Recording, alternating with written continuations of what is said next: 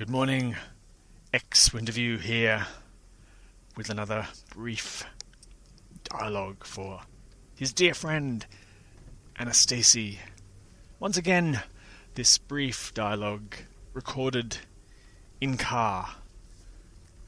Apologies in advance for sounds of car, sounds of traffic, sounds of screaming pedestrians dying a horrible bloody death as they are run down mercilessly by Winterview on a rampage of death and carnage.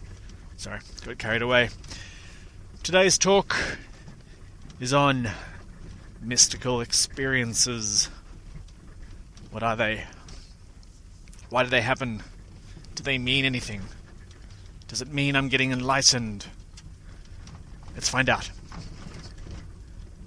Life, as it unfolds, for most people, is a pretty normal and predictable series of events, or apparent series of events. It appears that because I am a separate, independent entity living in a body,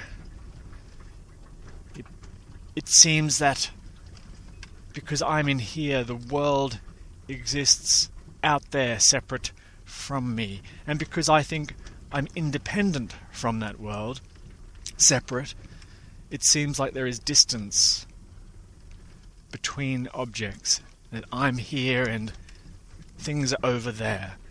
And because of distance or space, there must be time. Time for one body to move from here to there. The time it takes to traverse that apparent distance. So here I am, an object in the time-space realm. However, little did he know that this is an appearance, that the apparent individual who seems to be inside a body is little more than a movement of energy, an appearance. It's, in some ways you could say, unreal. There are times, through various practices perhaps, or just randomly, that the appearance of this separate individual entity falls away, just literally stops, perhaps. If there is no independent entity, if it's seen clearly, there is no individual in a body, then suddenly everything else collapses. If there's no in here and out there, then suddenly there's no space, there's nothing between anything anymore. If there's no space, then there's no time. The world is timeless, or you wouldn't even say the world anymore, because that too has gone away. It's all timeless. It's all one, or oneness, suddenly.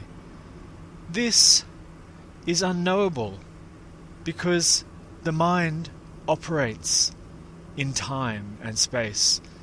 The mind only reports in time and space. So the mind cannot even know that there is no person, no time, no space, no world. And then suddenly it all seems to be back to normal again. The person in here, the world out there, the appearance of space, time, etc. And the mind thinks, wow, what the hell just happened? It cannot even begin to process the non-space-time context. It has no purchase there. It has no way to describe it. It can try and describe it in retrospect but gets very vague and airy-fairy very quickly. And this constitutes, more or less, what we call mystical experiences. So the mystical experience, in and of itself, has a very strange quality to it. It can only be reported after the fact. While the mystical experience is, in appearance, happening, there's nothing that can be said about it. You know that it's mystical for one particular reason. It's hyper, you might say, normal. It's a very hard thing to describe, and I'm probably not going to do a very good job. But hyper-normal is one of the key defining factors, I'd say, or features that separates the mystical experience from the delusional or the altered state, you might say. Altered states come about through sleep deprivation, drugs and alcohol, breathing exercises, and so forth, which seem like mystical states, but are in fact extremely different in some ways. The main difference to me, as far as I'm concerned, is the hypernormalness. It seems that suddenly this is real, this is more real perhaps than the time-space realm. Curiously, the mystical experience feels so normal and natural at the time that the world of time and space that has just fallen away seemed like a dream and seemed ridiculous, seemed ludicrous in fact, as ludicrous and as bizarre, you might say, as a sleep dream full of unicorns and dragons and wizards and beer and whatnot.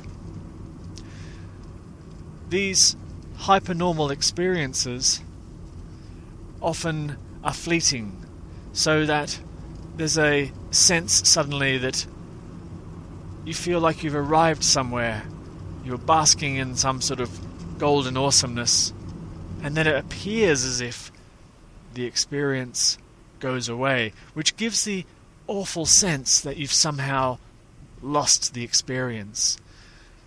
In essence, what has just happened, you might say, is the motion of the apparent individual has fired up again. When the apparent individual, or the energy of the individual, fires up or starts up again, it all goes back to the old paradigm straight away. Time, space, person, moving through life, aging slowly, going to die one day, all that sort of crap, basically.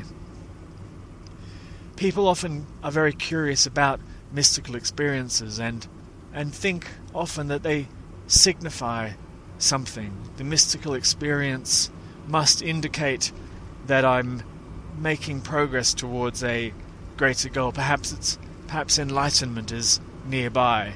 If I can somehow get back to a mystical experience, I will feel better that I'm on my way back towards enlightenment, or at least I'm on my way to towards what I might call my higher self, or spiritual progress, etc., and so forth. What is rather cunning, in a way, is that the mystical experience and the experience of being an ordinary person, you might say, are two sides of the same coin. The mystical experience is only relative to the experience of being an ordinary person, and the experience of being an ordinary person is relative to that mystical, timeless experience. The trap, if you like, not that it really is a trap, is to be caught in this eternal oscillation between the two states, a seeking for the mystical and an abhorrence of the being a person. Being a person doesn't feel very nice on the whole, and this person is probably going to die. It gives an awful feeling of existential angst for the individual, a sense of racing to accomplish stuff and get stuff done and become better and become famous and more powerful and rich or humble or whatever, to feel better. That's what the seeker does. That's what the individual does.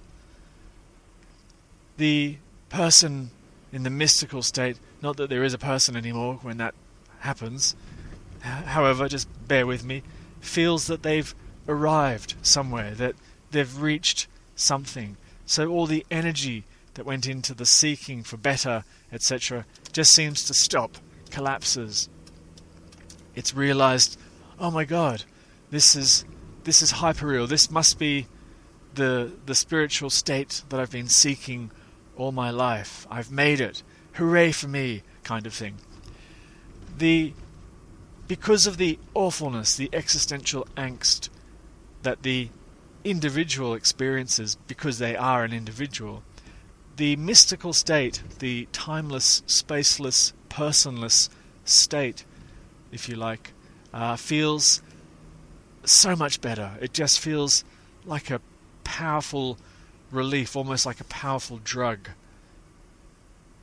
The core essence of one's being, you might say, is quite a lovely feeling. It's a delightful lovingness in a way, and the mystical state can give you a big fat hit of that lovely lovingness, fill you with euphoria and wonder and all that juicy good stuff, like a powerful drug hit, such that when the apparent individual seems to return and you feel like, oh no, I'm back to normal life and the normal world, it feels very powerfully like a loss. I've lost God, I've lost heaven, I've lost the mystical state that I had just moments earlier. Oh no, that kind of feeling. I've just lost it. And this starts what I would suggest is quite a pernicious, addictive cycle for the person. The apparent individual, now having tasted the fruits of this wonderful mystical realm outside of space and time, desperately wants to return there, will do anything to get back. And so starts the ever-increasing and ever-frantic cycle of spiritual seeking, of perhaps prayer, of meditation, of examining one's thoughts and beliefs, changing diet, of becoming a nice person, and all that wonderful stuff. And that goes on, and perhaps again there's another mystical experience at some point, and hurrah for me, I've made it. I'm back there in the mystical state. No person, no time, no self, feelings of bliss, love, check, all good, all here, done it. Thank you very much. Enlightened, so to speak. And then, oh no, back to being a person again. What happened? What did I do? What did I do wrong? What did I not see? Did I not meditate enough? Was there a belief still circulating that pulled me back in to the realm, and so forth?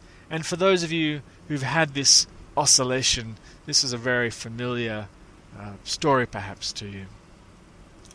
What is not examined, or what is often overlooked in this is first, and I mentioned this earlier, is that the mystical and the person are two sides of the same coin. The mystical being the relief of losing the person and entering the so-called timeless spacelessness that you are, and the person being the opposite, the limited, going to die, has problems, lives in a body, etc., problems. And all this happens, all this seems to happen in this. This is beyond mysticism, beyond the mystical states, beyond the person who doesn't have a mystical state, beyond both sides of that coin. It can be recognized.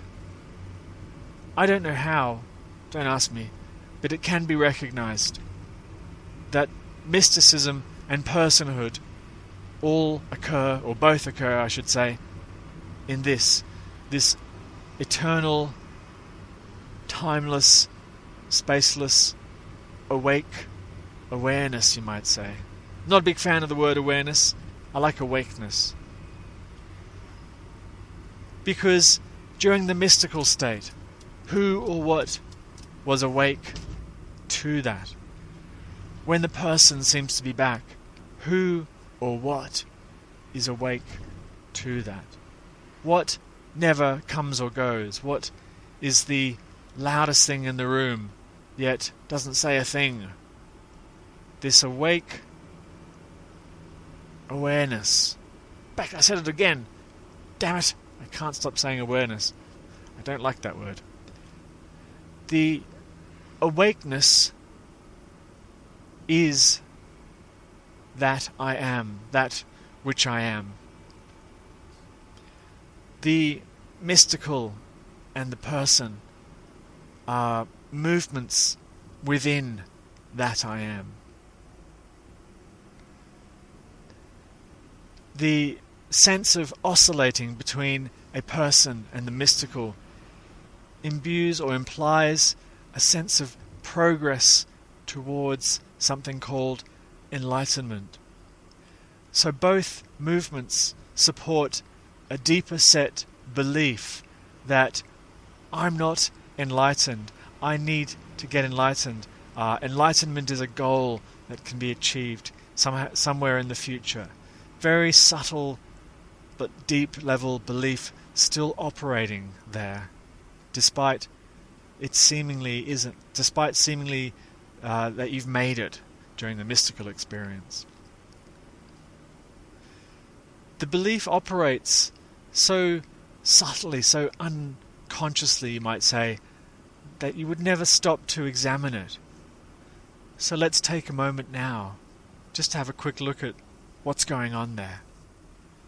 The belief, if you like, is felt as this restlessness or this disquiet that I'm not there yet, I need to get there somehow.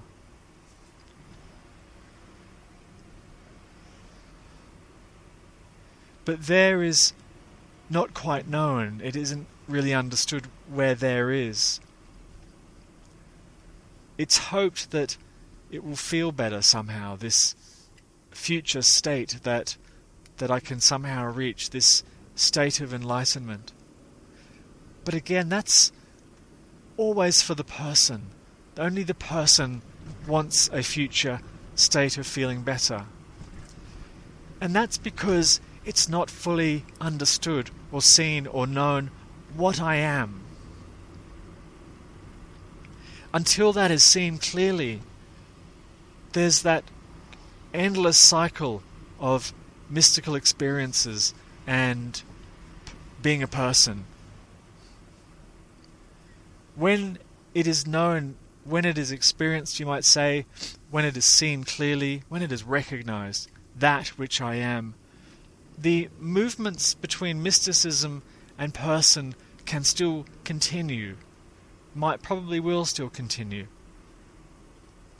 But no one will be there in one way to care about that anymore.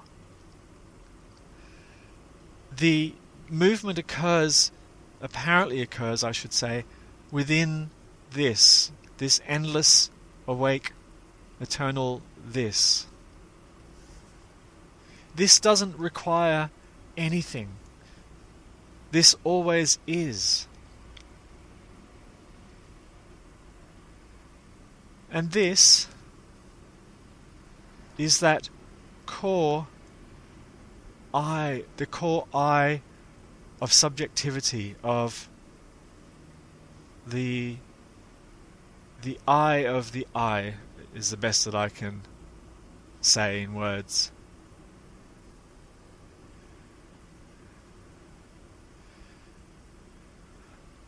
Mystical experiences can last for quite a long time, but they typically come and go. the best way to hold them, you might say, is like a dream. Every night when you go to sleep, you might have a dream, not every night, but on some nights you'll have a dream. And some dreams are pretty crazy and pretty way out, and some are pretty awful. Some dreams are really nice. You wake up feeling quite good after a good dream. They might be funny or interesting or something that you really enjoyed. And it's like wanting to go back to sleep and continue that dream. That's how the mystical experience is. You just want to go back there and re-experience that. You're not satisfied with the boring, dull, everyday awakeness of life after that dream. And that's how it is with the mystical experience. You want to go back there straight away. And it feels that there's something wrong when it's lost. It feels like you might have done something to, lose it, so to speak. But in essence, you haven't ever done anything to lose or gain it. You can't gain being a person. You can't gain a mystical state. It just happens. It's like watching clouds move across the sky, swirling and changing shapes. They just do that. No one does it. And it's the same for being a person versus being in a mystical state. It just happens. It just continues on. No one does that. The dream or the belief running at the same time is that I'm doing that. I'm somehow finding a mystical state. Then I'm losing it somehow. And I need to get back there. And that's because that I that's being referenced in that belief is thought still to be a person, an individual entity. And that's why that disquiet, when both of those experiences are happening, continues. In truth or reality, you might say that I doesn't come or go. The I that I am doesn't come or go. It is not affected by the content of experience. It can't ever gain or lose anything. That I that I am can't become enlightened. Nothing can happen to it. It can't die. It was never born. It can't die. It isn't subject to the rules of the appearance. It contains, if you prefer, the appearance. It contains all the rules of the appearance.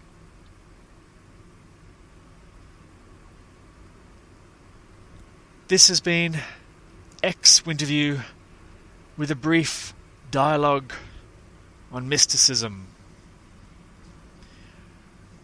No coffee in the system, you can probably tell.